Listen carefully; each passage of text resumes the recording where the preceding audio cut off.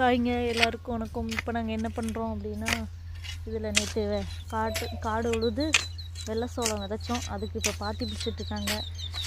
வீட்டுக்காரரு, மாமா, இன்னொரு குழந்தனார் 3 பேரும் சேர்ந்து பார் பிடிச்சிட்ருக்காங்க.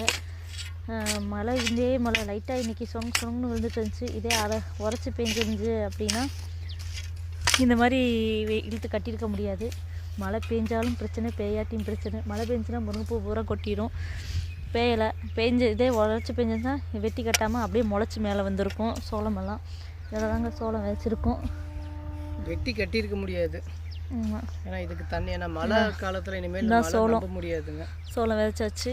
மழை காலத்தில் மழை வரும்னுலாம் சொல்ல முடியாது. ஏதோ அவ்வளோதான்.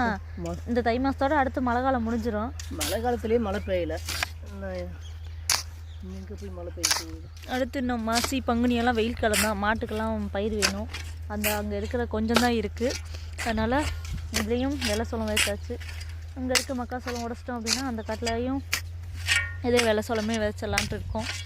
சரிங்களா? இன்றைக்கி வேலை இதுதான். ஏப்பா, இது இப்போ பயிர் போட்டிருக்கோம்ல, விதைச்சிருக்கோம்ல, எவ்வளோ நாளில் வரும்? இது 2 மாதத்துலேயே அறுக்க ஆரம்பிச்சிடலாம். அறுத்து மாட்டுக்கு போட ஆரம்பிச்சிடலாம். இது கண்ணுக்குட்டிக்கெல்லாம் பயிர் புல்லா அப்படின்றப்ப 2 மாதத்துலேயே அறுத்துடலாம்.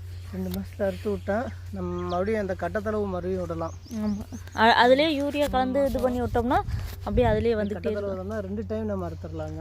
ஆமாம், 2 டைம் எடுத்தால் நல்லா. ஒரு கனவு விட்டு அறுத்தோம் அப்படின்னா அடுத்த கீழே இருக்க கனவு அப்படியே முளைச்சி மேலே வந்துடும். தண்ணி விட்டோம்னா 2 டைம் நம்ம யூஸ் பண்ணிக்கலாம். அதுக்கு மேலே வர 3ஆவது டைம்லாம் யூஸ் பண்ண முடியாது. அது அப்படியே சிலுங்குன்னு வரும். இருந்து மறுபடியும் சோளத்தை மறுபடியும் வச்சு விட்டு அந்த மாதிரி தான் பண்ணணும்.